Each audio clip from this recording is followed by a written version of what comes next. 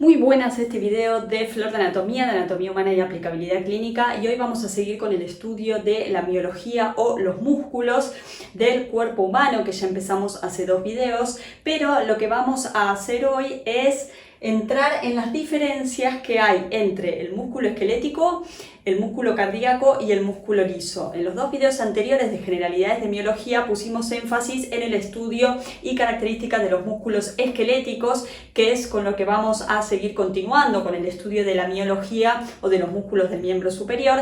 Pero este video es un video especial, ¿sí?, entre paréntesis, en donde vamos a entender qué diferencias hay entre el músculo esquelético, entre el músculo cardíaco y entre el músculo liso. Y vamos a ver una serie de características, ¿sí?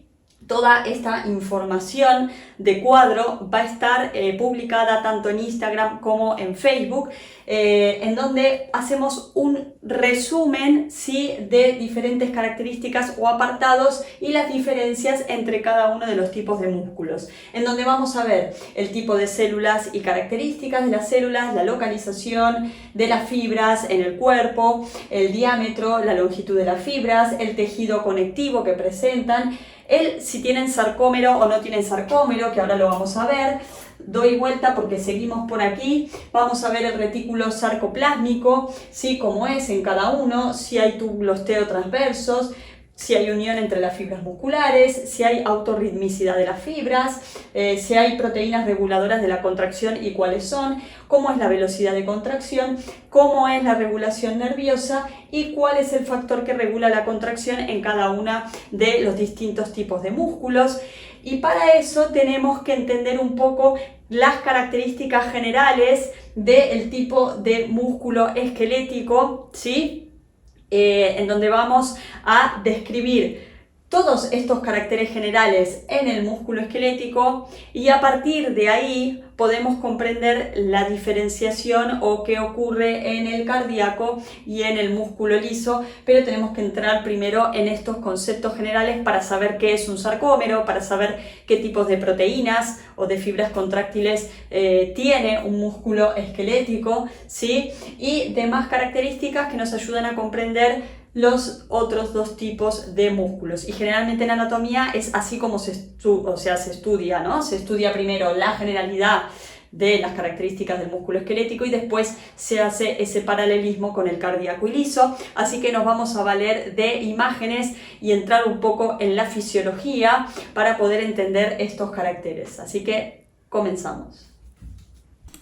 Muy bien, entonces vemos que existen tres tipos de músculos en nuestro cuerpo. Dos de esos grupos son músculos estriados, que van a ser, por un lado, los músculos esqueléticos relacionados con los huesos, ¿sí?, con el sistema musculoesquelético, y por el otro lado, otro tipo de músculo que es estriado también, que ahora después vamos a ver lo que es, por qué es estriado.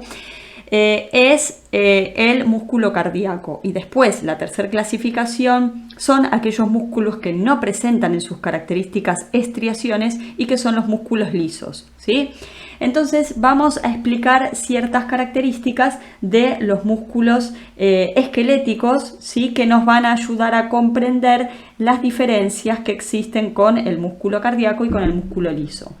Muy bien, y comenzamos viendo en esta imagen que tenemos un hueso y un músculo, y ese músculo, mediante cortes frontales, se va viendo el componente interno, ¿sí? Y vamos a empezar de adentro hacia afuera. Aquí lo que tenemos en este gran círculo es la unidad del músculo, que es una fibra muscular.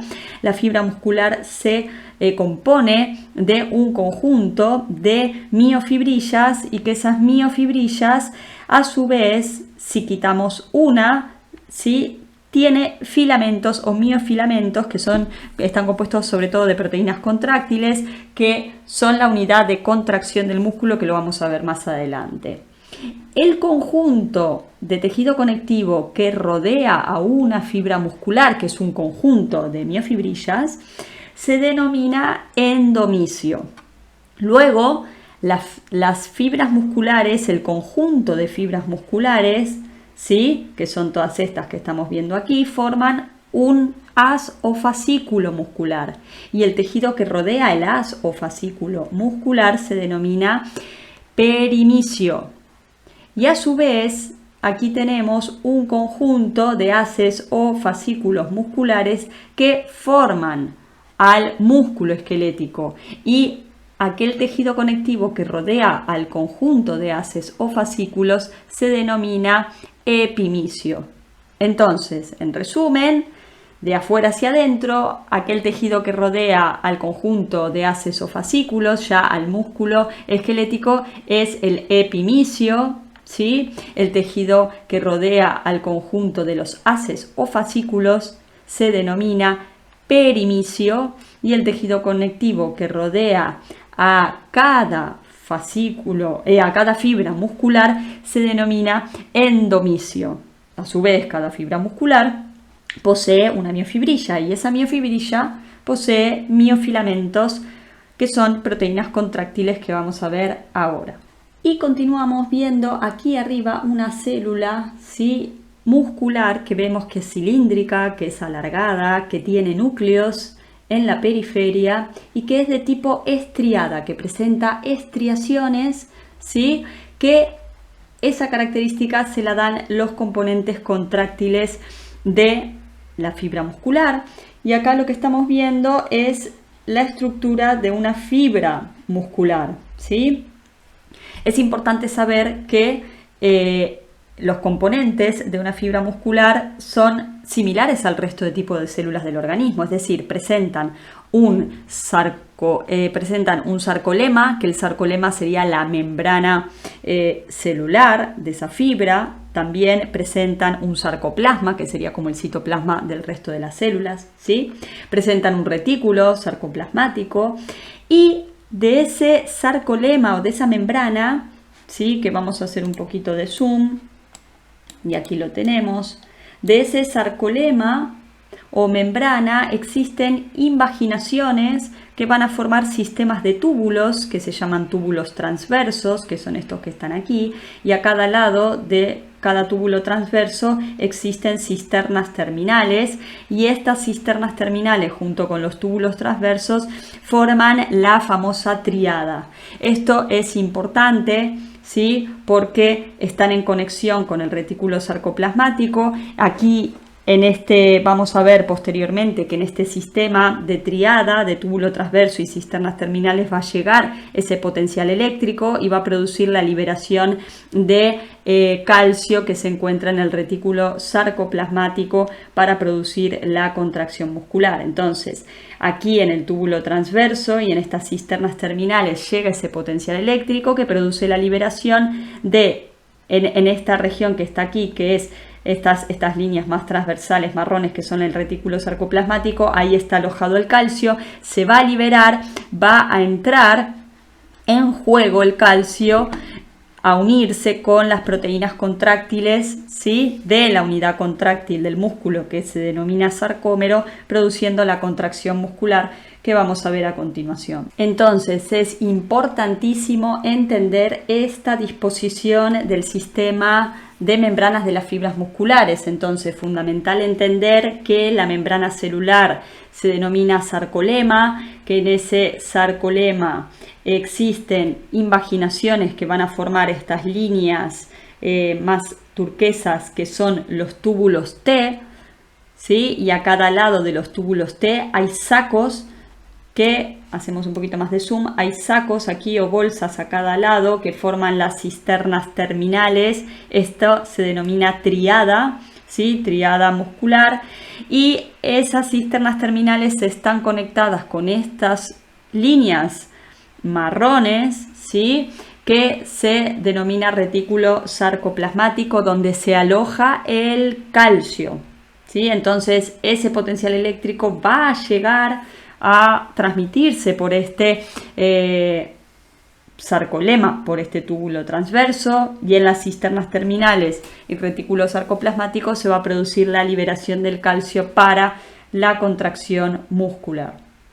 Y como podemos ver en esta imagen, no hay conexión entre las fibras musculares, que va a ser una diferencia importantísima con respecto al músculo cardíaco. Acá no hay conexión entre las fibras musculares. Y aquí tenemos la disposición de un miofilamento. El miofilamento es la unidad pequeña, la unidad de la miofibrilla, ¿sí? Que la miofibrilla se compone de un conjunto de miofilamentos, ¿sí? Y estos miofilamentos van a estar compuestos a su vez por filamentos formados por proteínas, ¿sí? Y se denominan filamentos finos, filamentos gruesos. Los filamentos finos, vamos a hacer zoom aquí arriba, los filamentos finos van a estar compuestos de una proteína denominada actina y los filamentos gruesos están compuestos de una proteína denominada miosina. Hay otras proteínas, por supuesto, por ejemplo, adheridas a los filamentos finos, otras proteínas que son la troponina, la tropomiosina, fundamentales para la contracción muscular, y después con otros componentes proteicos que van a formar, por ejemplo, aquí los discos Z, ¿sí?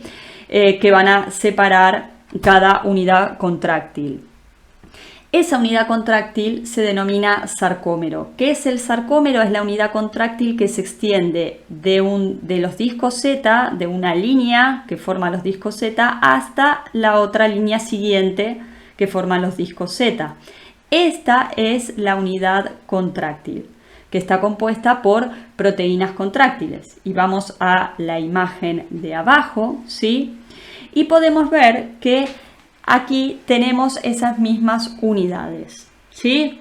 Vamos a ver el filamento fino. El filamento fino es este que está aquí, que son proteínas globuladas y que se enrollan a forma de hélice. Son muchas unidades globuladas enrolladas a manera de hélice que están compuestas por proteína actina y también troponina y tropomiosina, que luego vamos a ver. Es importante que uno de sus extremos está anclado a los discos Z y el otro de sus extremos se encuentra hacia la línea media libre. Esta sería la línea media, ¿no?, del sarcómero. ¿Sí? Este sería el filamento fino. El filamento grueso está compuesto por la proteína miosina y vamos a ver luego que la miosina por un lado tiene cabezas, ¿sí?, que se orientan hacia la periferia en relación con los filamentos finos y tiene colas, que las colas se orientan hacia la línea media. Entonces, esta disposición de los filamentos finos y gruesos va a determinar las famosas o conocidas bandas. Y las bandas son lo que dan las estriaciones al músculo esquelético o también denominado estriado. La línea M es la línea central que se encuentra en la banda H y la banda H está formada solo por las colas de las miosinas, ¿sí? Y es una banda más oscura, porque está compuesta por filamentos gruesos que son las colas de las miosinas, ¿sí? Por otro lado tenemos la zona de superposición, que la zona de superposición va a estar formada por justamente la superposición que se da entre las cabezas de las miosinas y las actinas, ¿sí? La superposición entre los filamentos gruesos, cabezas de las miosinas, y los filamentos finos, que son las actinas, enrolladas en su doble hélice, como dijimos antes. Y la banda A abarca todo. Abarca la banda H y también abarca la zona de superposición. Mientras que la banda I solo está compuesta por filamentos de actina, filamentos finos, en donde no hay superposición, ¿sí? Entonces, acá se da una alternancia entre banda I, que son filamentos finos, son zonas más claras, y la banda A, que son zonas más oscuras o intermedias, y la zona más oscura es la banda H, compuesta por solo filamentos gruesos de miosina. Es por eso que esto le da la característica estriada a las fibras musculares. Y la unidad contráctil dijimos que es el sarcómero es toda esta estructura y que se extiende de la línea formada por disco Z hasta la otra línea siguiente más próxima formada por disco Z. Entonces, una fibra muscular o una miofibrilla muscular está compuesta por un conjunto de estos sarcómeros que se van replicando uno al lado del otro, uno al lado del otro, uno al lado del otro, ¿sí? Importancia de los discos Z porque es la zona de anclaje de los filamentos de actina, ¿sí? Y ya vamos a ver más adelante que en la contracción muscular lo que sucede es que las cabecitas de las miosinas tiran de las proteínas actina, de los filamentos finos, desplazándolos hacia el centro del sarcómero, ¿sí? Durante la contracción muscular. Por lo tanto, los discos Z de un lado y del otro se van acercando, ¿sí? Hay un movimiento de deslizamiento de las actinas hacia la línea media de un lado y del otro, por lo tanto las líneas Z se acercan y se acorta el tejido muscular. Por lo tanto, aquí tenemos la estructura de la miosina, que la miosina se compone de una cola, se compone de una cabeza y hay un punto de quiebre o de inflexión entre la cola y la cabeza que es donde se va a producir este movimiento de la cabeza de la miosina arrastrando a las actinas en la contracción muscular. Y por debajo tenemos esta doble hélice de las proteínas actinas, que son estos globitos amarillos que están por aquí, ¿sí? Que dan vueltas de hélices, se enrollan entre sí. Y tenemos otras proteínas fundamentales que ya nombramos, que son la tropomiosina, que es esta marrón que está aquí, y la troponina, que es la gris que está anclada a la tropomiosina. ¿Por qué son importantes? Porque la tropomiosina tiene la función de tapar o cubrir los sitios o los puntos activos de la actina donde tendrían que unirse a las cabezas de las miosinas. Entonces, la troponina en condiciones de relajación muscular está cubriendo o tapando esos sitios de las actinas para que no haya contracción muscular. Y a su vez, la troponina está unida a la tropomiosina. ¿Por qué? Porque cuando la troponina, cuando llega el calcio, se libera el calcio para la contracción muscular, ese calcio se va a unir a la troponina va a generar un movimiento o tirar de la tropomiosina para que se liberen esos sitios activos de la actina y se puedan unir con las cabezas de la miosina y producirse la contracción muscular. Por eso estas dos proteínas también son súper importantes. Y aquí tenemos el mecanismo de contracción. Aquí estamos viendo de línea Z a línea Z, formado por los discos Z, un sarcómero en estado relajado, en estado de contracción parcial y en estado de contracción máxima, y vemos cómo se acorta. ¿Por qué? Porque lo que dijimos es que las cabezas de las miosinas tiran de las actinas desplazándolas en cada lado hacia la línea media, hacia el centro del sarcómero. Por lo tanto, si se acerca de un lado y se acerca del otro, los discos Z se van a acercar a su vez. Por lo tanto, el sarcómero se va a acortar durante la contracción muscular. Y aquí vemos el mecanismo puramente fisiológico de la contracción muscular.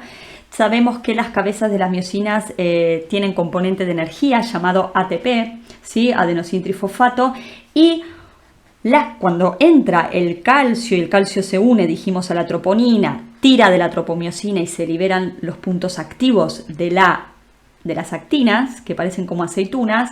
Ahí, ¿qué va a pasar? Las cabezas de las miosinas van a romper. Hidrolizar significa romper. Van a romper el ATP. Y en esa ruptura que se forma, en vez de adenosin trifosfato, adenosin bifosfato y un fósforo libre, en esa ruptura se produce energía. Esa energía va a hacer que la cabeza de la miosina se ancle a los sitios activos de la actina, ¿sí? Y se produce el mecanismo de rotación, es decir, se produce un movimiento se quiebra ese puente cruzado que hay entre la cola y la cabeza de la miosina y se produce esa rotación o ese movimiento de la cabecita de la miosina que desplaza a las actinas hacia el centro del sarcómero. Y luego, cuando las cabezas de las miosinas se unen a otro ATP, adenosintrifosfato, ahí esas cabecitas de la miosina se sueltan de esa actina para anclarse a otra actina y volver a deslizarla hacia el centro del sarcómero. Y así se van soltando y uniendo a actinas para ir deslizándolas hacia el centro del sarcómero y produciendo la contracción muscular. Y vemos que la membrana muscular, dijimos que se llamaba sarcolema y que el sarcolema envía invaginaciones al interior de la fibra o de la unidad contráctil que se denominaban túbulos transversos, y aquí es donde viaja el potencial de acción. Dijimos que el túbulo transverso más las cisternas terminales del retículo sarcoplasmático de cada lado formaban la tríada. En esa tríada, cuando llega ese impulso eléctrico o potencial de acción que viene de un nervio, de la inervación de ese músculo, eso produce la liberación del calcio. ¿Sí? Se abren los canales de calcio, se libera ese calcio que ingresa al sarcómero, a la unidad contráctil, y ahí vemos cómo el calcio, hay una lluvia de bolitas violetas de calcio uniéndose, que se van a unir a la troponina, que tira de la tropomiosina, libera los sitios activos de la actina. Ahí están las bolitas violetas de calcio uniéndose a las troponinas, que tiran aquí de la tropomiosina, dejan libres los sitios activos de la actina para que se puedan unir a las cabecitas de la miosina y producir la contracción muscular. ¿Y cómo llega ese potencial eléctrico a la fibra muscular? En el músculo esquelético o estriado se dice que son músculos voluntarios. ¿Por qué? Porque su regulación nerviosa está dada por el sistema motor, por así decirlo, nervioso voluntario, en donde esas fibras motoras salen del asta anterior de la médula espinal y tienen influencia nerviosa supramedular, es decir, fibras que nacen de la corteza del cerebro, se contactan, hacen sinapsis con fibras de la médula espinal, en el asta anterior, con estas neuronas motoras, que son quienes se van a contactar con las fibras musculares. Por eso se dice que es un sistema voluntario, porque voluntariamente tenemos la capacidad de poder contraer la mayoría de los músculos esqueléticos si así lo quisiéramos, aunque hay casos que no. Entonces, las fibras que nacen del asta anterior de la médula, pueden ser fibras nerviosas alfa o gamma. Las alfa motoneuronas inervan las fibras denominadas extrafusales de los músculos, que son las que están más externas, y las gamma motoneuronas, que también nacen del asta anterior de la médula, inervan las fibras intrafusales que están en el interior del músculo, en donde en las fibras intrafusales se da el principal mecanismo de regulación de los reflejos y del tono muscular. No vamos a entrar en eso, pero lo importante a saber es que este axón de esta fibra nerviosa que llega, por ejemplo, de la motoneurona somática, llega a la fibra muscular mediante, vamos a hacer zoom aquí, mediante un terminal del axón, y ese terminal del axón envía distintas ramificaciones, ¿no? Esta motoneurona somática tiene varias ramificaciones, como estamos viendo aquí, que van a distintas fibras musculares, ¿sí?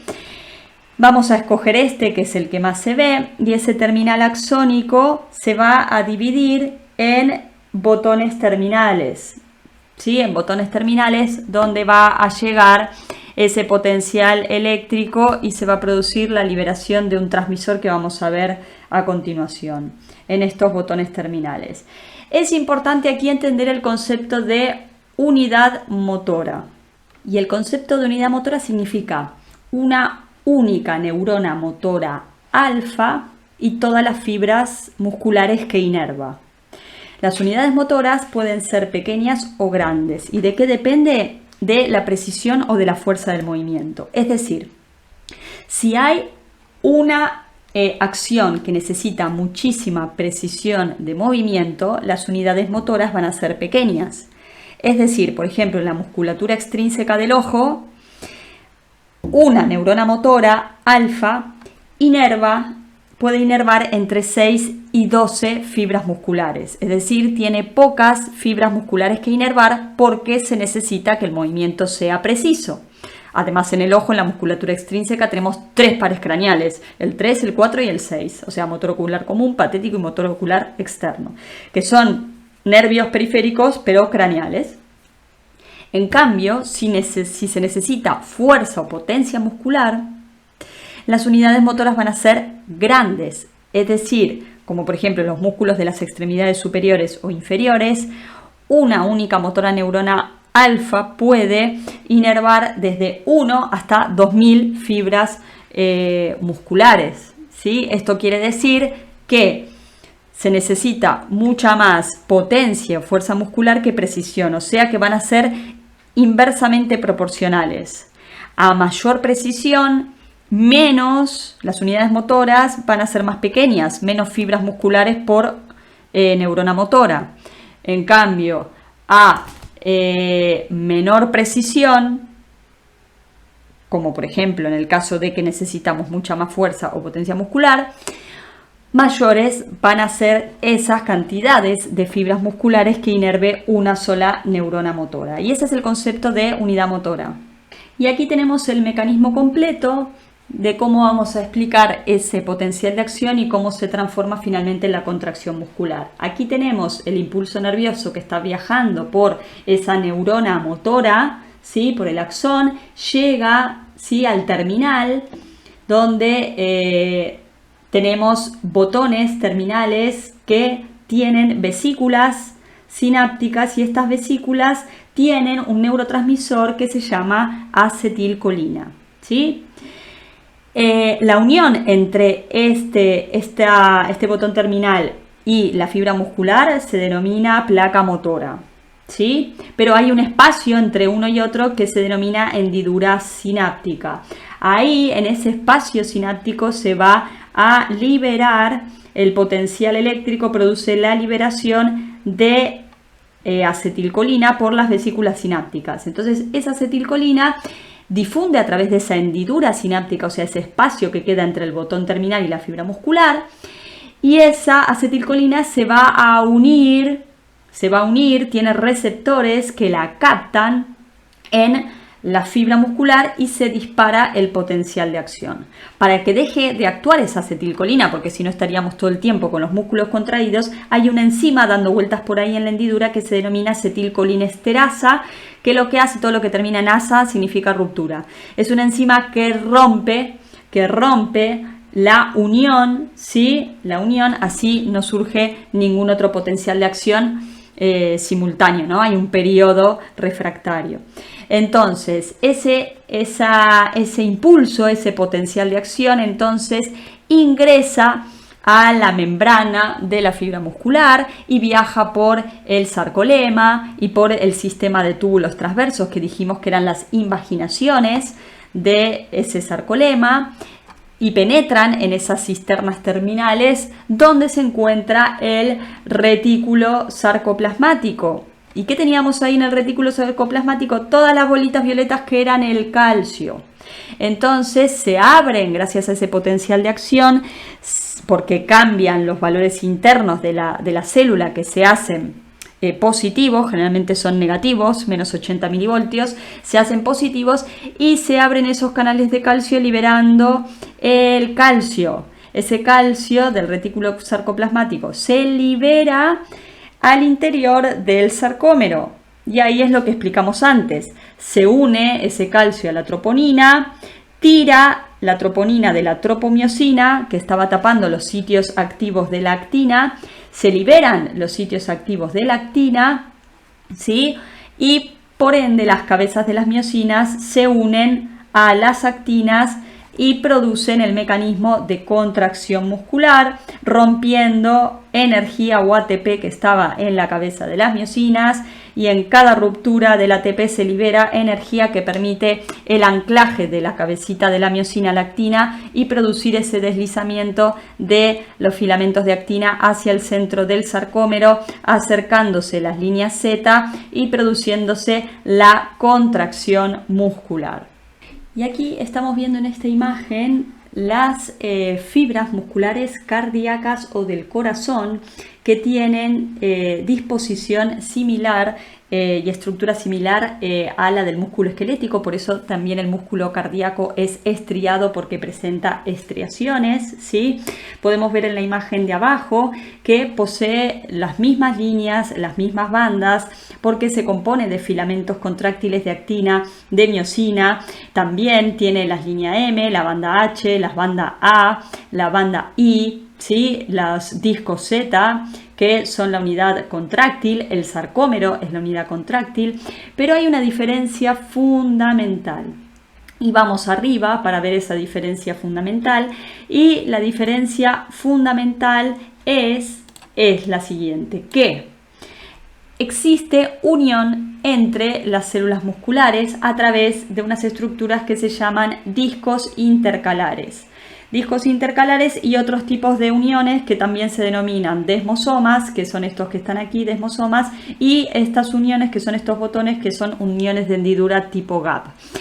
Estas tres cosas, los discos intercalares, estas desmosomas y estas uniones de hendidura tipo gap, hacen que se conecte una célula con la otra, por lo cual la propagación del impulso y de la contracción se transmite ininterrumpidamente entre una célula y otra. Por eso se dice que eléctricamente el corazón actúa como un sinsitio funcional. Eso significa que cuando se contraen, las fibras musculares se contraen a la vez, al unísono, como si no hubiera separación entre las unidades contráctiles.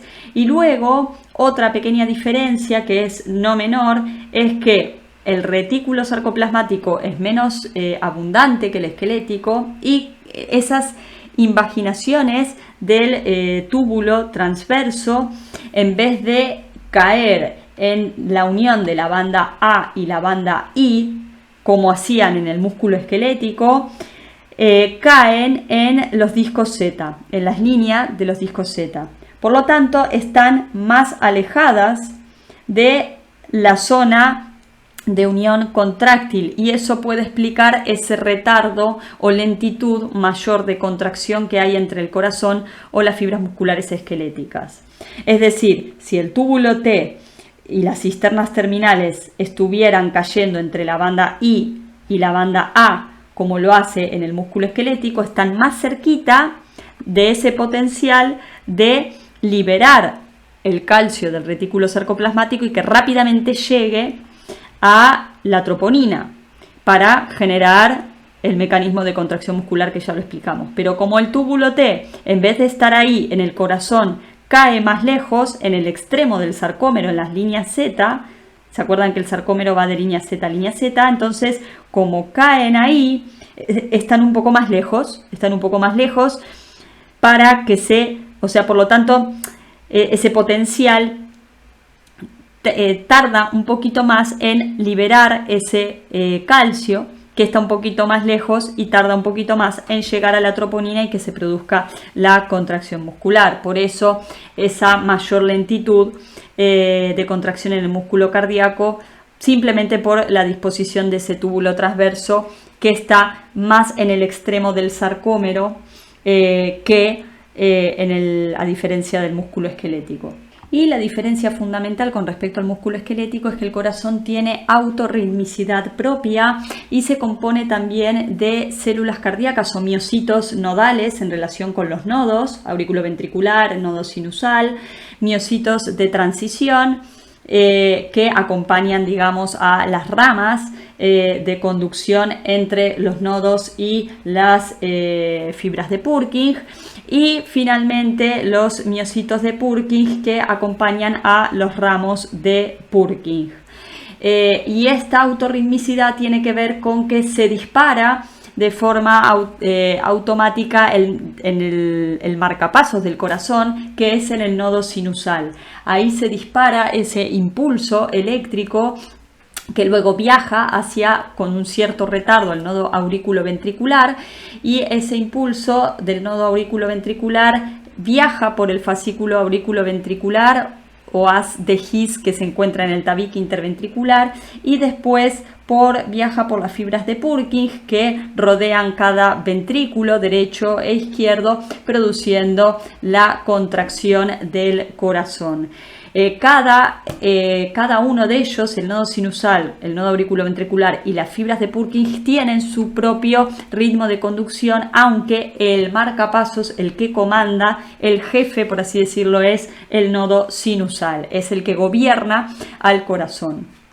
Por lo tanto, la contracción del corazón es totalmente involuntaria, ¿sí? Y menos mal que es así, porque si fuera voluntaria ya estaríamos muertos, nos estaríamos olvidando de contraer constantemente el corazón, emitiendo esa autorritmicidad, digamos, a través del nodo sinusal, el marcapasos, y que emite una frecuencia cardíaca basal entre 60 y 80 pulsaciones por minuto, pero que a su vez puede ser regulado por el sistema nervioso autónomo, el sistema nervioso simpático y parasimpático a través del décimo par craneal o nervio vago. No vamos a entrar mucho aquí, pero la función del sistema simpático, por así decirlo, es acelerar la frecuencia cardíaca en caso de mayor demanda de sangre a nuestro cuerpo, mientras que el sistema parasimpático, a través del décimo par craneal o el nervio vago, restablece hacia los valores basales o de reposo.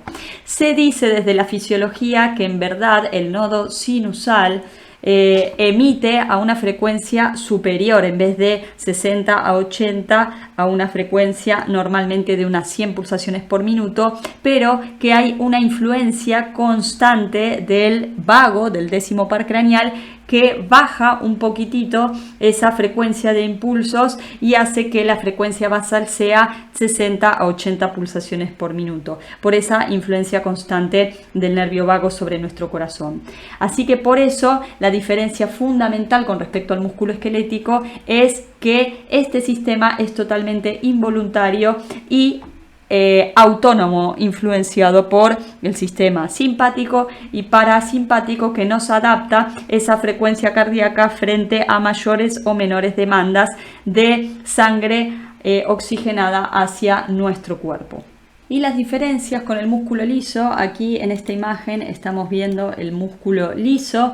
Ya hay mucha diferencia con respecto al esquelético y cardíaco, porque se denomina justamente liso porque no presenta estriaciones, no tiene la disposición de sarcómeros, el retículo sarcoplasmático es muy poco, posee muy poco retículo sarcoplasmático, no tiene túbulos T, sí que tiene filamentos finos y gruesos, pero no de actina y de miosina, pero no tienen esa disposición de sarcómeros, y además tienen un solo núcleo, son mononucleados, y las fibras tienen forma fusiforme o de uso.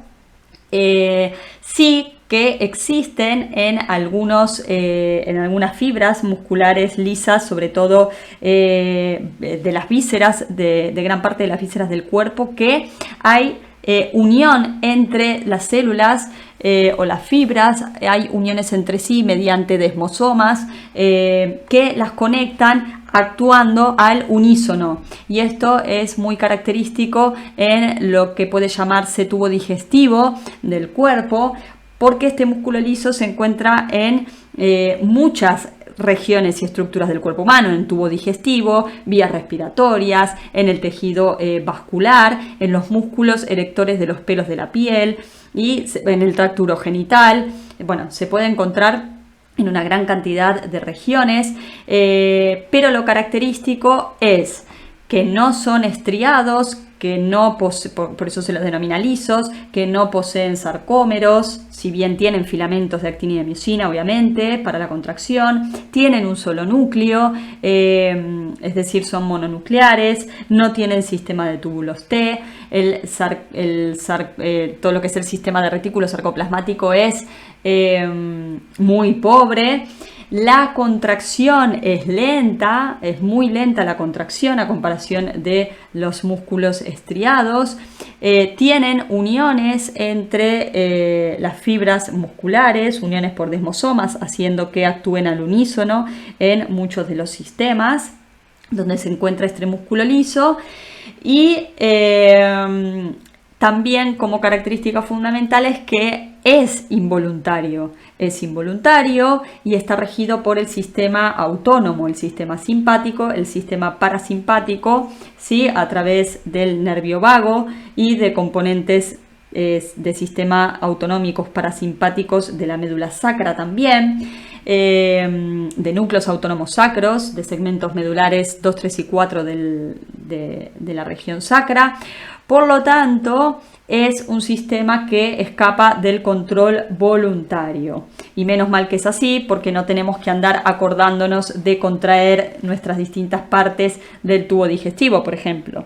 Y el mecanismo de esa estimulación o regulación contráctil es la liberación de acetilcolina, como en las otras, la liberación de noradrenalina por el sistema autónomo, pero también la característica es que en la musculatura lisa se dispara también el mecanismo de regulación de contracción por cambios químicos que sucedan locales y también por estiramiento o distensión, sobre todo en la distensión de las paredes del tubo digestivo cuando ingresa el alimento, por ejemplo. Ese puede ser un mecanismo disparador de la contracción visceral o del tejido, así como cambios químicos, modificaciones en presiones de oxígeno, de dióxido de carbono o pH, etc. Muy bien, y terminamos de ver todas las diferencias entre músculo esquelético, cardíaco y liso. A modo de resumen, vamos a ver entonces como tipo de células y características que en el músculo esquelético son fibras cilíndricas alargadas, tienen núcleos periféricos y son estriadas por la disposición de las proteínas, como lo vimos. En el músculo cardíaco también son fibras cilíndricas, pero ramificadas, tienen un solo núcleo central y también son estriadas, es decir, tienen esa disposición de cruzamiento entre las proteínas similar al esquelético. En cambio, el músculo liso son fibras fusiformes, tienen forma de huso, tienen un solo núcleo y no tienen estriaciones. La localización, el músculo esquelético en el esqueleto, predominantemente en el músculo cardíaco, en el corazón, y en el músculo liso se encuentra en paredes de tubo digestivo, vías respiratorias, vasos sanguíneos, sistema urogenital, en los músculos erectores de los pelos de la piel, y entre otros, ¿no? En cuanto al diámetro, el diámetro del músculo esquelético es muy grande, entre 10 a 100 micrómetros. En el músculo cardíaco grande, unos 15 micrómetros, pero en el músculo liso es pequeño, de unos 3 a 8 micrómetros. La longitud de la fibra muscular en el músculo esquelético puede ir desde unos 100 micrómetros hasta unos 30 centímetros. Se dice que uno de los músculos más grandes, incluso esqueléticos, es el sartorio. Luego el músculo cardíaco, aproximadamente unos 80 micrómetros, y músculo liso puede ir desde 15 hasta 500 micrómetros. En cuanto al tejido conectivo, vimos que el músculo esquelético tiene endomicio, perimicio y epimicio como capas desde la profundidad hacia lo superficial, que van recubriendo los distintos componentes del tejido muscular. El músculo cardíaco solo tiene endomicio y perimicio, y el liso solo tiene endomicio. Sarcómero, disposición de sarcómero, tienen tanto el músculo esquelético como el cardíaco, pero no tiene el músculo liso estructuras de sarcómero. Luego tenemos el retículo sarcoplásmico, que en el músculo esquelético es muy abundante, en el cardíaco es poco abundante y ya en el músculo liso es muy escaso. Túbulos T sí tenemos en el músculo esquelético. En los túbulos T, junto con las cisternas terminales, vimos que los túbulos T son la invaginación de esa membrana o sarcolema, y a cada lado de un túbulo T tenemos las cisternas terminales. Esa triada muscular se encuentra en la unión de las bandas A e I, que están cerquita de donde se produce la contracción muscular. En cambio, en el músculo cardíaco, ese túbulo T cae en los discos Z, está un poquito más alejado de donde se produce la contracción muscular o la unión del calcio a la troponina para la contracción, por lo tanto hay un retardo de la contracción y puede que esto haga que la contracción muscular en el músculo cardíaco sea más lenta, y en el músculo liso no hay túbulos T.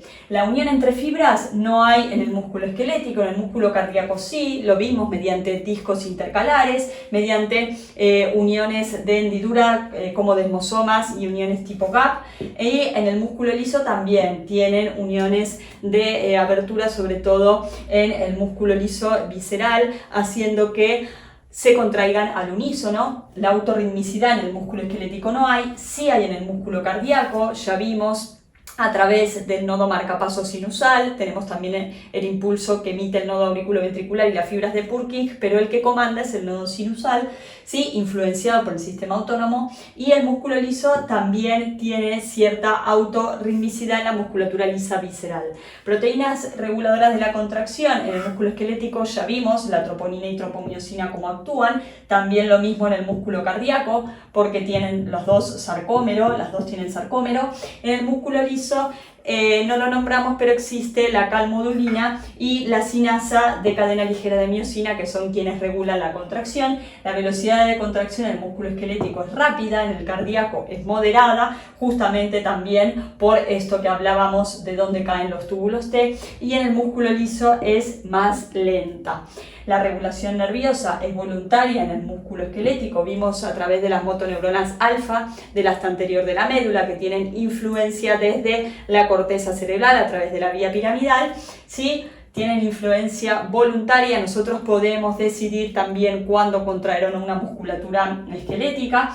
El músculo cardíaco es totalmente involuntario y tiene influencia del sistema autonómico, simpático y parasimpático a través del nervio vago, y el músculo liso también es involuntario y tiene influencia autonómica, simpática y parasimpática a través del vago y a través del componente autonómico sacro que se origina en la médula sacra. Factores que regulan la contracción en el músculo esquelético: la acetilcolina, que vimos que sale de las vesículas sinápticas en el terminal sináptico y se libera la hendidura sináptica, lo mismo en el músculo cardíaco, acetilcolina, también noradrenalina a través del sistema autonómico y hormonal. Y en el músculo liso también acetilcolina, noradrenalina por el sistema autonómico, también hormonal y cambios químicos locales, variaciones, puede ser de presión de oxígeno, de presión de dióxido de carbono, de pH, acidez, etc.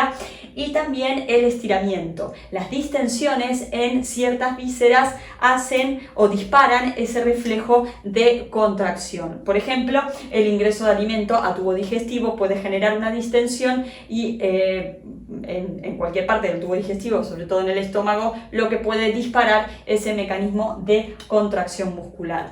Y ya lo tenemos, así que espero que te sirvan todas estas diferencias entre el músculo esquelético, el músculo cardíaco y el músculo liso. Me encantó poder hacerlas. Es maravilloso el cuerpo humano y cómo sabiamente lo va definiendo para el mejor funcionamiento del organismo. Es increíble cómo no tenemos que andar acordándonos de contraer el corazón, de contraer el tubo digestivo, por ejemplo, o intervenir en el sistema respiratorio, es decir, que es un regalo nuestro cuerpo humano. Aprovechémoslo con sabiduría, cuidémoslo con sabiduría. El contenido teórico de este resumen, así tal cual, va a estar disponible en Instagram y Facebook Flor de Anatomía. Seguimos con más videitos entrando en la miología del miembro superior. Vamos a empezar a ver la musculatura del miembro superior. Si te gustó, dale un like, a compartir a la mayor cantidad de gente posible este video, que les sirva, y te espero también en Instagram, en Facebook, en TikTok, donde seguimos con los momentos mate de curiosidades anatómicas, y cualquier duda, consulta o clases particulares puntuales a través de la plataforma Patreon, patreon.com/flordeanatomía. Así que gracias, gracias, gracias y muy buen fin de semana. Chau, chau.